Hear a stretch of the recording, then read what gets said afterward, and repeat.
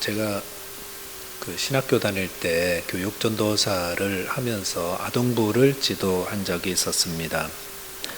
아이들과 그 수련회를 갔었는데 한 아이가 쪼로로 달려와서 제게 고자질을 하나 했습니다. 그 내용은 그날 간식을 자두로 이렇게 줬는데 옆에 아이가 보니까 2개를 가져왔다는 겁니다. 모두가 다 하나를 가져왔는데 이 2개를 가져온 게 그 아이의 눈에는 불이한 것으로 보였던 것입니다. 그 아이들도 불의가 뭔지를 알고 있습니다. 그리고 우리가 살아가는 이 세상에도 불의한 게 참 많습니다. 모두 하나씩 가져야 하는데 2개씩, 3개씩 가진 사람들도 있고요. 더 속상한 것은 남의 거 빼앗아서 자기 배를 불리는 그런 경우도 있다는 겁니다. 이럴 때에 우리 성도들은 어떻게 해야 하는가? 그 답답함을 누구한테 가서 고자질을 하고 호소해야 하는가? 성경은 하나님 앞에 나오라고 그러죠. 하나님 앞에 와서 하나님께 아뢰라고 하십니다. 왜냐하면 하나님은 우리가 보는 것보다 훨씬 더 잘 보시고 우리가 가진 공의보다 훨씬 공의로우신 공의의 하나님이시고 또 그것을 심판하시고 불의를 갚으시는 분이기 때문에 그렇습니다. 오늘 본문에도 그 내용이 나오죠. 기드온의 아들 69명을 죽이고 왕이 된 아비멜렉이 어떻게 하나님의 심판을 받아 멸망하는가 하는 것을 보여주고 있습니다. 그래서 본문을 통해서는 악인을 심판하시는 하나님의 공의로우심에 대해서 함께 묵상하도록 하겠습니다. 첫째로 하나님은 불의를 심판하시는 공의의 하나님이심 다시 한번 묵상하겠습니다. 50절에 보니까 아비멜렉이 데베스에 가서 데베스에 맞서 진치고 그것을 점령하였다고 했습니다. 지난주 수요일 저녁에 저희는 세겜을 불태운 아비멜렉에 대해서 묵상하였는데 세겜을 정복한 후에 아비멜렉이 데베스라는 것도 공격하였습니다. 데베스를 공격한 이유는 데베스 사람들 역시 세겜 사람들이 아비멜렉을 대적할 때 함께 도왔다는 것 때문이었습니다. 그래서 본문 51절에 보니까 성읍 중에 견고한 망대가 있으므로 그 성읍 백성의 남녀가 모두 그리로 도망하여 들어가서 문을 잠그고 망대 꼭대기로 올라간지라고 하였습니다. 데베스 사람들이 아비멜렉의 공격을 당해내지 못한 것 같습니다. 그래서 그들의 성읍 가운데 있는 높은 견고한 망대로 올라갔고 망대에 문을 걸어 잠그고 올라갔다는 겁니다. 그 망대라는 거 가끔 나오는데 높은 탑처럼 쌓은 곳으로 유사시의 몸을 피하고 거기서 전쟁할 수 있는 그런 곳이죠. 그런데 데베스 사람들이 망대로 들어가서 문을 잠그고 올라간 거 보고 아비멜렉이 어떻게 했을까요? 아마 회심의 미소를 지었을 것 같습니다. 왜냐하면은 그 전에 세겜성 전투에서도 똑같은 일이 벌어졌었잖아요. 세겜성 사람들이 아비멜렉에게 도망해서 망대로 올라가니까 어떻게 했습니까? 나무 잘라다가 거기에다 불태워 가지고 연기에 질식해 죽고 불에 타 죽고 다 죽었지 않습니까? 그러니까 오늘 데베스 사람들도 망대에 올라가니까 딱 그 전략을 생각했던 것 같습니다. 그래서 본문 52절에 보니까 아비멜렉이 망대 앞에 이르러 공격하며 망대 문에 가까이 나아가서 그것을 불사르려 하더니 라고 하였습니다. 똑같이 알렸던 것입니다. 그래서 불을 사르기 위해서 망대의 문이니까 문은 아마 나무로 만들었겠죠. 그러니까 불태우려고 접근했었는데 그런데 53절에 예상치 못한 일이 벌어졌습니다. 한 여인이 맷돌 윗짝을 아비멜렉의 머리 위로 내려 던져 그의 두개골을 깨뜨렸다고 하였습니다. 아비멜렉이 망루 문에다가 불을 넣으려고 접근했을 때에 망루에 있던 한 여인이 맷돌 윗짝, 상당히 무거운 거죠. 들기도 무거운데 그것을 떨어뜨렸습니다. 그리고 그 맷돌 윗짝이 정확히 아비멜렉의 머리를 가격하였고 그의 두개골이 깨뜨려져 버렸습니다. 이 여인이 어떻게 그렇게 정확하게 맷돌 윗짝을 아비멜렉의 머리에 맞출 수 있었을까? 그게 여인의 솜씨가 아니라 하나님의 심판의 손이었습니다. 하나님께서 다윗의 손을 떠난 작은 돌멩이를 골리앗의 이마에 정확하게 박히게 하신 것처럼 그 여인의 손을 떠난 맷돌 윗짝을 아비멜렉의 머리에 정확하게 떨어지게 하셨던 것이었습니다. 하나님은 악인의 악을 그냥 넘어가는 분이 아닙니다. 하나님은 사람들이 행하는 모든 악을 하나도 남김없이 다 기억하시고 다 보시고 심판하시는 공의의 하나님이십니다. 이 세상의 사건들 가운데는 해결이 안 되는 미제 사건들이 참 많이 있습니다. 그래서 경찰에서는 공소시효를 정해놓고 시간이 지나면은 더 이상 범죄로 취급하지 않는 그런 일들도 많이 있습니다만 하나님께는 공소시효가 없습니다. 하나님은 시간이 지난 후에도 정확하게 심판하시는, 악을 심판하시는 가장 공의로운 분이십니다. 아비멜렉이 불의를 저지른 후에 3년간 아무 일이 없이 평안한 것 같았지만 하나님께서 심판하시잖아요. 그래서 그와 협력했던 세겜 사람들은 협력했던 아비멜렉의 손에 다 전멸당하게 하셨습니다. 다윗도 불의하게 우리아의 아내를 취하고 우리아를 죽인 후 1년간은 아무 일도 벌어지지 않은 듯 했습니다. 하지만 1년 후에 하나님이 정확하게 그의 죄를 드러내셨고 다윗의 집에 칼이 끊어지지 않는 심판을 내리셨던 것입니다. 성경을 통해서 우리가 배우는 하나님은 공의의 하나님이시다. 죄를 심판하시는 공의의 하나님이심을 배우고 있습니다. 그래서 그런 눈으로 우리가 주위를 좀 보셔야 됩니다. 우리 주위에 불의한 자들, 또 불의하면서 또 아무 일이 없어요. 다 잘 되는 것 같은 득세하는 자들 너무 많은 것 같지요. 그러면서 오히려 의인들, 하나님 섬기고 정말 성실하게 살아가는 분들은 고난을 겪는 것 같은 그런 일들이 있습니다. 자, 그런데 분명한 사실 한 가지, 하나님은 하나님의 공의의 칼을 지나갈 사람은 아무도 없다는 것입니다. 한번 두고 보십시오. 하나님의 공의는 반드시 모든 불의를 다 심판하십니다. 승승장구하던 불의한 자들 다 아비멜렉처럼 무너지게 됩니다. 그러므로 하나님의 공의를 믿는 성도들은 불의한 일을 당하고 정말 속이 상할 때에 하나님 앞에 나아가서 모든 사정을 아뢰고 하나님께 위로를 받습니다. 저와 여러분께서 공의로우신 하나님을 믿으시기 바랍니다. 그리고 그분을 의지하여서 여러 가지 억울하고 또 불의한 그런 일들, 답답한 일들 하나님께 아뢰심으로 하나님께 위로를 받으시기를 바라겠습니다. 두 번째 묵상할 내용은 악인은 자신의 수치를 가릴 수 없다라는 것입니다. 54절에 보니까 아비멜렉이 자기의 무기를 든 청년을 급히 불러 그에게 이르되 너는 칼을 빼어 나를 죽이라. 사람들이 나를 가리켜 이르기를 여자가 그를 죽였다 할까 하노라 하니 그 청년이 그를 찌르매 그가 죽은지라 라고 하였습니다.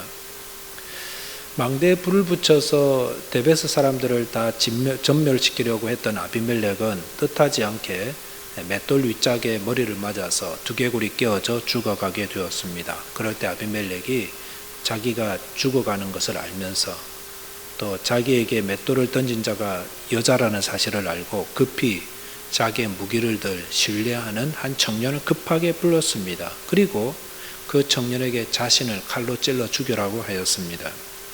그 이유는 사람들이 후에 자신의 죽음에 대해 이야기하면서 그 아비멜렉 여자가 던진 맷돌에 죽은 거라고, 여자가 죽였다고 이렇게 말할까봐 그것을 피하려고 했던 것입니다. 그 여자에게 죽는다는 것은요, 요즘도 그 중동 지방에 전쟁에 나가면 여자들 전사한테 총 맞아 죽는 거 제일 수치스럽게 여긴다고 그래요. 그게 아마 지금도 이어지는 것 같습니다. 그래서 그 말 듣고 청년이 그를 찔러 죽였거든요. 그런데 어떤 누구도 후세의 사람들이 아비멜렉의 죽음에 대해 이야기하면서 그가 그 옆에 신뢰하는 그 청년의 칼에 찔러 죽였다고 그렇게 말하는 사람 아무도 없습니다. 대신에 뭐라고 말하냐면 아비멜렉은 여자에게서 죽임당했다 이렇게 말하고 있습니다. 사무엘하 11장 21절에 보면은 그런 내용이 나오거든요.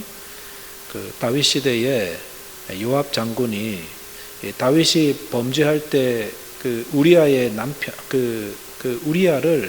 우리아의 아내를 취한 후에 우리아를 죽게 하기 위해서 요압에게 편지서 보내잖아요. 그래서 전쟁할 때 제일 앞에 내보내가지고 죽게 하라고.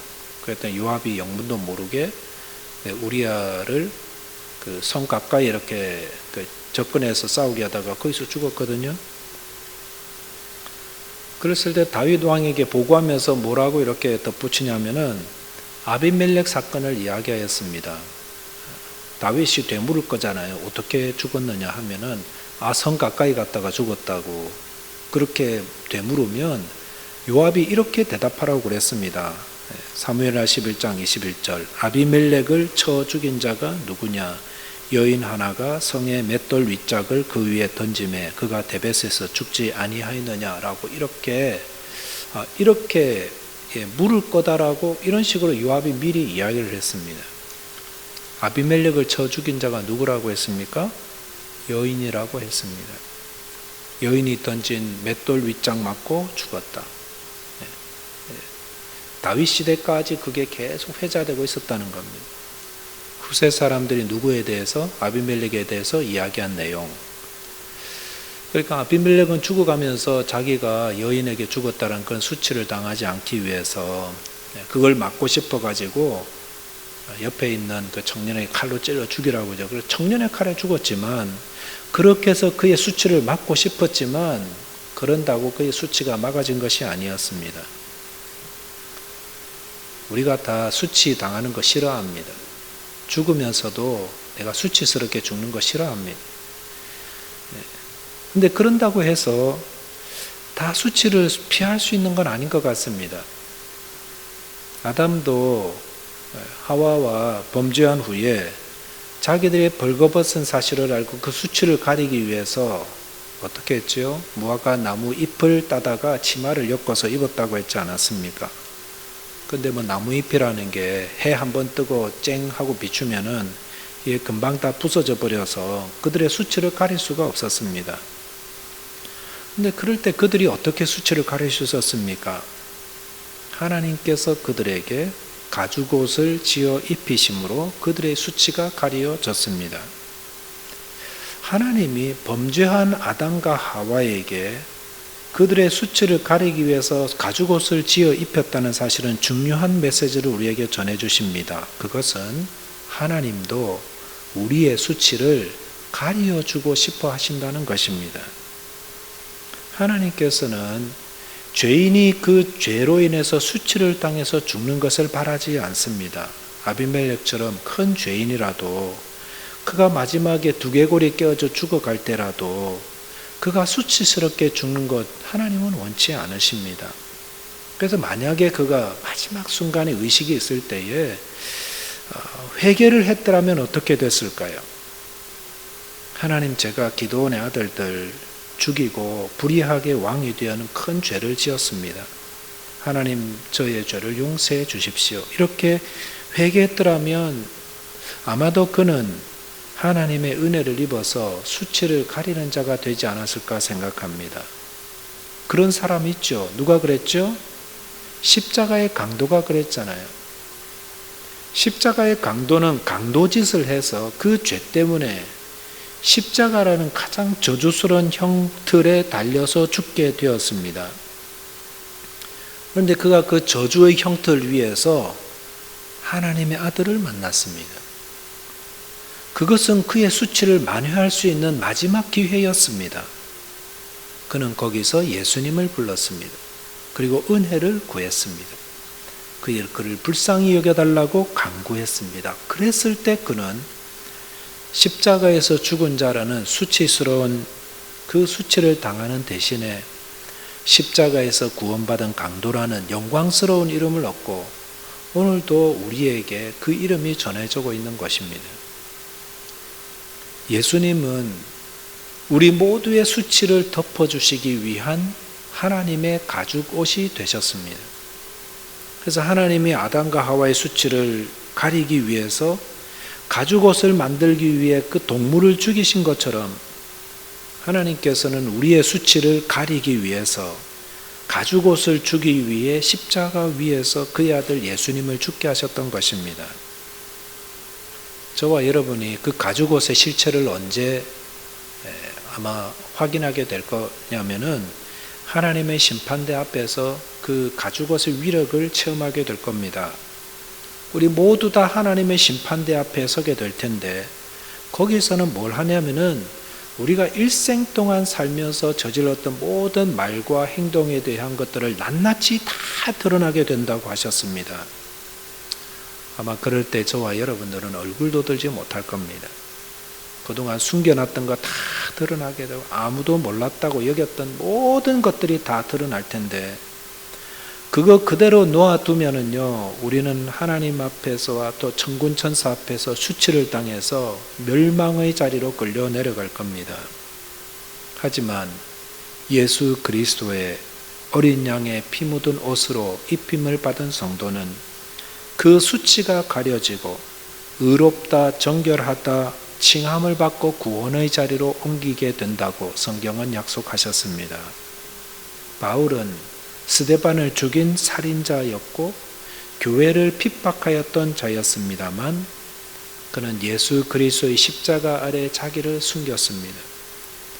그리고 자기는 사람을 스데반을 죽인 자라고 살인자라고 그렇게 고백하는데도 아무도 바울을 살인자라고 부르지 않고 오히려 우리는 바울을 성자라고 부르고 있습니다.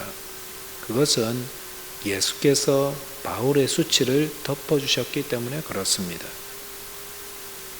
예수님은 우리의 수치와 우리의 죄를 십자가에서 담당하시고 죽으신 우리의 가죽옷이 되십니다. 이 예수님을 의지하여 수치를 덮은 자들, 그런 자들이 영원한 구원의 자리로 옮겨주고 영광의 자리로 인도되는 것입니다.